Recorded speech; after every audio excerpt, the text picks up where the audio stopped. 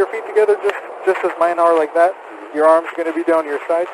So if you don't mind sticking like one step forward a little bit. Perfect. All right. So what I'm going to have you do is, you see the tip of my finger here? Yeah. You're going to follow the tip of my finger with your eyes. Your head is going to stay just as it is right now. I'm going to move it a couple of times in front of your face. So just keep trying to track the tip of my finger as much as you can. If you need to blink as many times as you need. Does that make sense? Yeah. Okay. All right. Can you see the tip of my finger here? Yeah.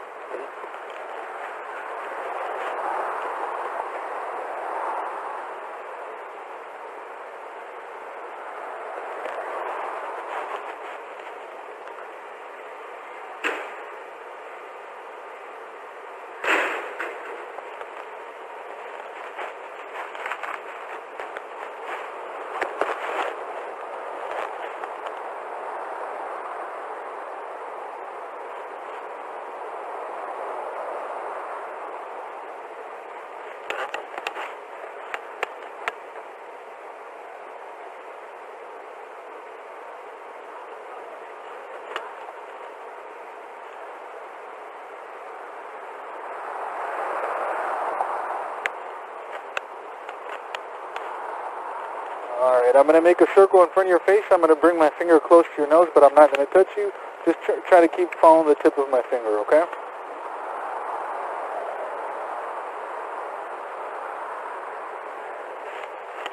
All right, one more time.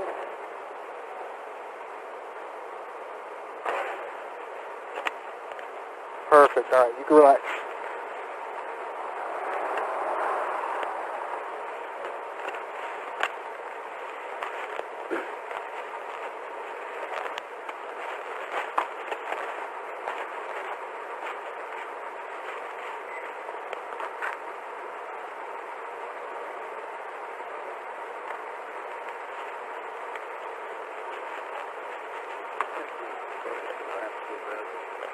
Sorry?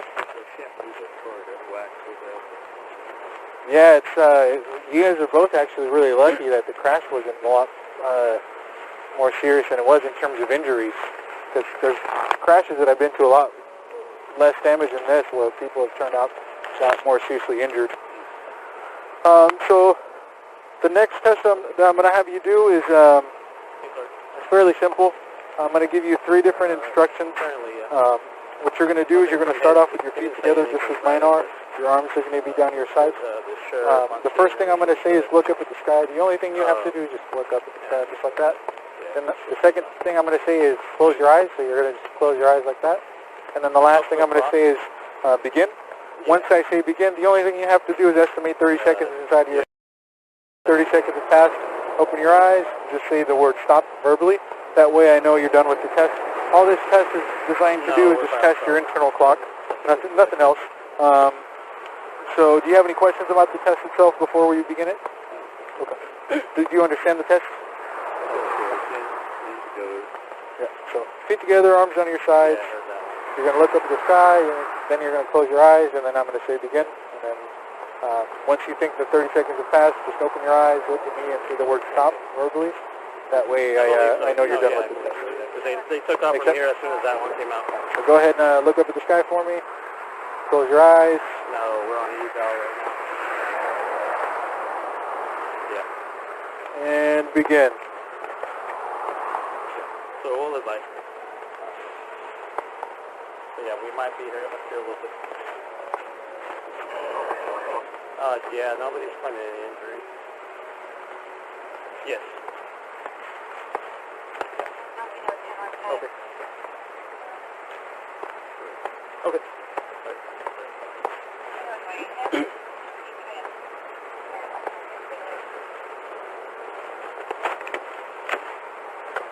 Oh, that was actually really spot on. 30 seconds.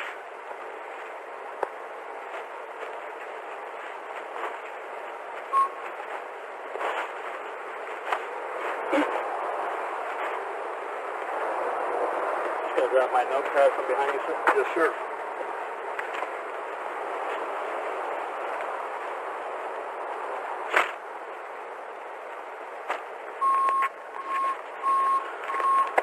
Do you think you're physically able to balance on one foot or another? No. Okay. Yeah, I don't want you to injure yourself if you can't.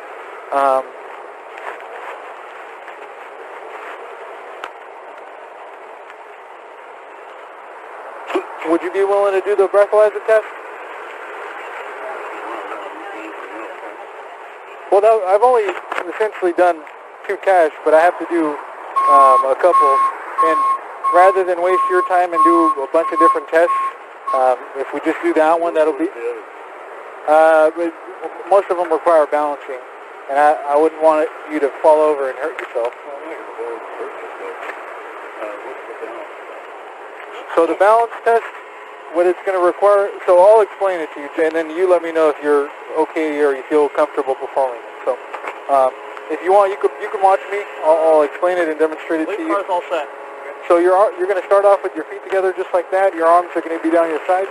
What you're going to do is you're going to lift one foot off the ground about 6 inches, just an approximation. You're going to make sure your foot is parallel to the ground. You're going to look down at the raised foot, and you're going to count out loud. It's going to be in the manner of 1001, 1002, 1003, and so on until I tell you to stop. The test is fairly short. It's less than a minute long. So it's going to look exactly as I'm going to show you right now. So arms down your sides. You're going to lift one foot about 6 inches off the ground. 1001, 1002, 1003, 1004, 1005. Sometimes people will do this and they'll bend their knee. So just make sure your legs are straight, just like that. So some key things to remember for this test is make sure your arms are down at your sides. Make sure your foot is parallel to the ground, raised about 6 inches off the ground. So you're going to look down at the raised foot and you're going to count out loud in the manner that I explained. Do you think you're comfortable enough doing that one?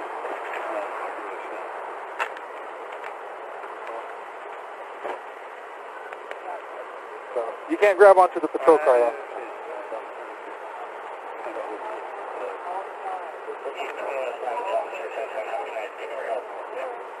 So you could try both feet out if you want. I'll let you start. You can try the test with both feet. I'll give you like a pre-trial run, for lack of a better term. You could try it with both feet, see which one you feel more comfortable with, and then once you're ready, just let me know.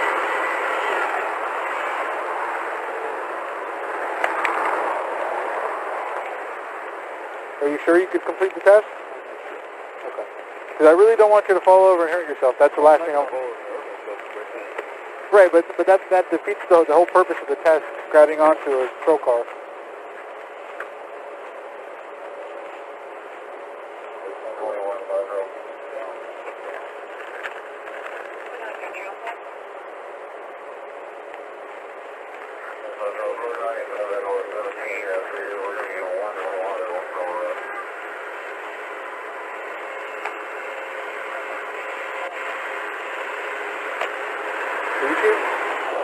You seem pretty shaky on your legs, and I don't want you to fall over. So. Well, I think I fall over. It's a question of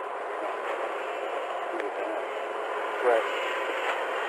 Well, just based on what I'm seeing, I don't feel comfortable having you perform the test because I don't want you to have the potential to fall over and hurt yourself. That's not what I'm trying to accomplish. So we'll do a different test. So the next test that I'm going to have you do is it's called the finger count test. It's very simple. So just don't do anything yet. Just watch me. So you can use left hand or right hand, whichever one you feel more comfortable with. What you're going to do is you're going to touch the tip of your thumb to the tip of every finger.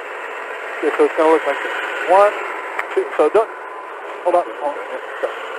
So you're going to touch, like I said, the tip of your thumb to the tip of every other finger. So it's going to look like this. 1, 2, 3, 4. 4, 3, 2, 1. That's one set, and I need you to do 3 sets. So 1, 2, 3, 4, 4, 3, 2, 1. So sometimes people get mixed up between the tips of their fingers, which would be this, and the pads of their fingers. So people will do that, so just make sure you're touching the tips of your fingers. So do you understand the instructions?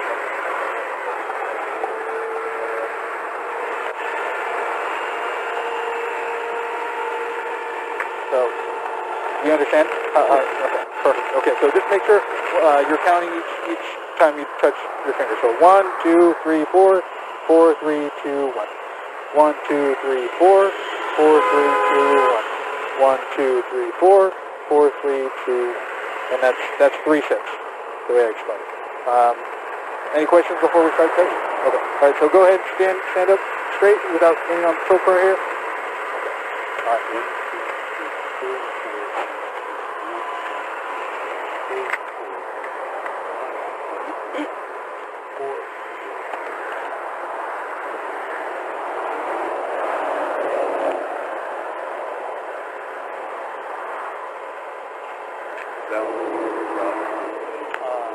Yeah, I understand. I just need keys, I know he's in the middle of something, but if you do, because the key fob's not in there. He's almost done. Give me like 2 minutes. Okay.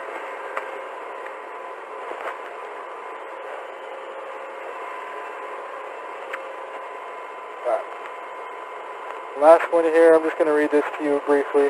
So, I am requesting that you take a preliminary alcohol screening test to further assist me in determining whether you're under the influence of alcohol. You may refuse to take this test. However, this is not an implied consent test, and if arrested, you will be required to give a sample of your blood or breath for the purpose of determining the actual alcoholic and drug content of your blood. So in regular terms, what that means is that I'm requesting that you take a breathalyzer test. It's a voluntary test. It's not a required test.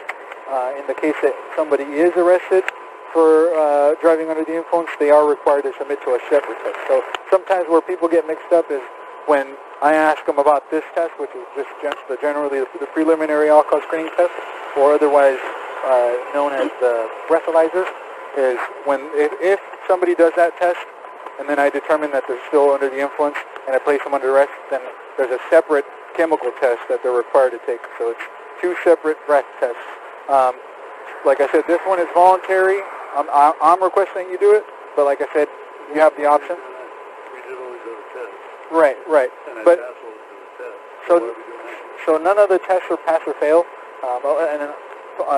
A lot of people actually think that they're pass or fail, but there's not. None of the tests are pass or fail.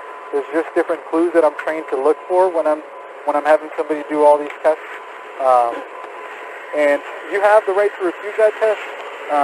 But if you do, then I still ultimately have to make a determination of whether I think you're impaired based on your performance on all the other tests. So don't think that the tests were pass or fail at all. They're just clues that I look for in every test.